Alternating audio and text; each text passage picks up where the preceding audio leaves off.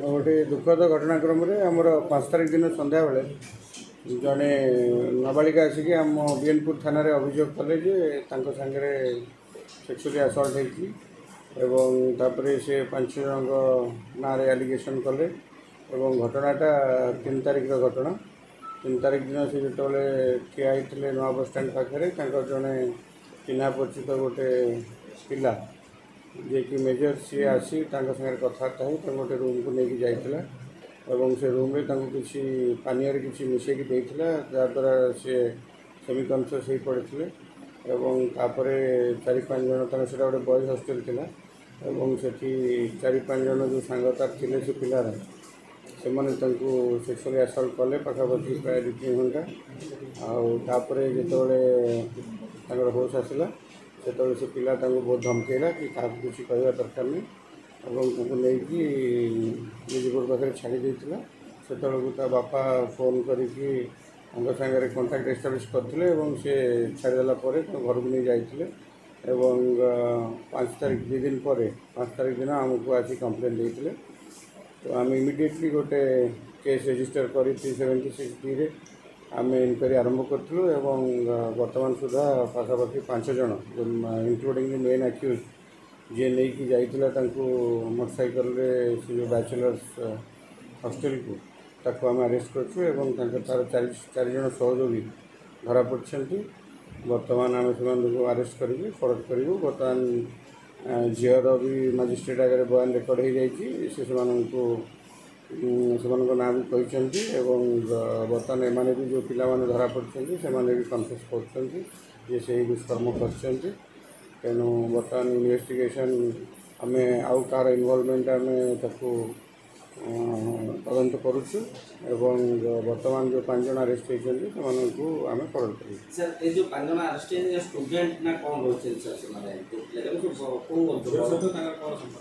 झील सागर से किसी संपर्क नाला किंतु से जो पिलाटी जी नहीं गला घर को जो ता रूम को लेकिन गला से गोटे हॉस्टल टाइप था तेणु अन्य मान कह तार जनाशुना नाला कि ये पिलाटी से चिन्ही तेणु यही पिला बर्तमान धोखा देकी से कर तार डिटेल्स आम वेरीफाई करुचु से कौटी कौन कर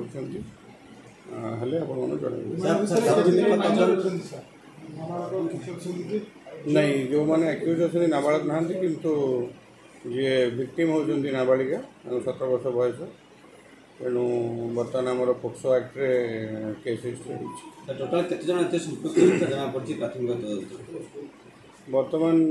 झील कहवा अनुसार 6-7 जन से एफआईआर देती किंतु बर्तमान आम जहाँ इन्वेस्टिगेशन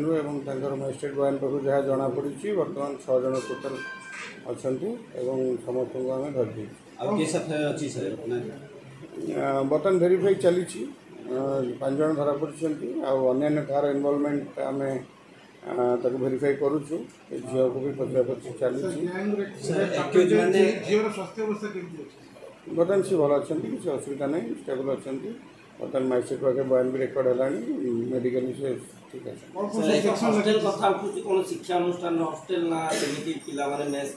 पिला मेस कर रोते मेस कर रोते मेस 5 जन रोते तो से ही इनवॉल्वमेंट बर्तमान पर्यंत वेरीफाई होती तो बर्तमान आम जो मानक अरेस्ट करूँ से फरवर्ड करूँ किंतु तदंत चालू रही कारण से जो लिखिं 6-7 जन बोली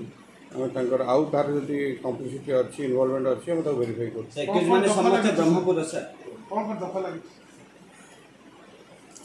दफा 376D 328 120B 506 red with section 6 of POCSO act समस्ते ब्रह्मपुर कि पिला माने बाहर कि रोच ब्रह्मपुर रही कौटी कौन पढ़ुले कि कौन करते तार वेरिफिकेशन चलती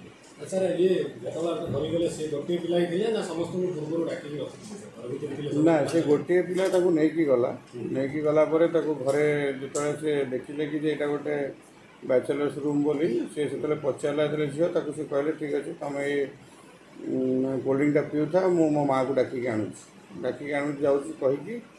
से बोधे से पिला खबर देती खबर दे जो मैंने रोते आउे झील से चेताशून्य हो पड़ता ଏବଂ ତାପରେ ତା ସାଙ୍ଗରେ ସମସ୍ତେ ଦୁଷ୍କର୍ମ କରିଛନ୍ତି।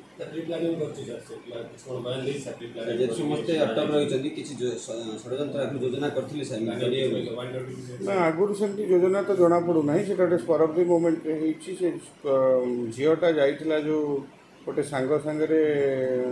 ବୁଲିବାକୁ,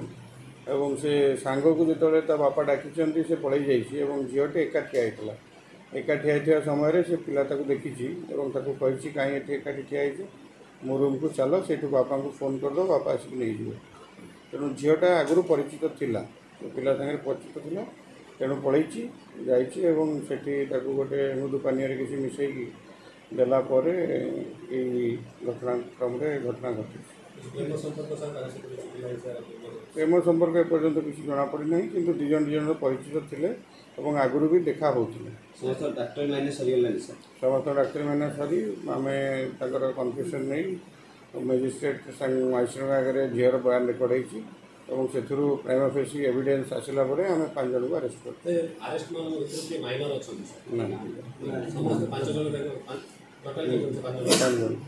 ଠିକ୍ ଅଛି।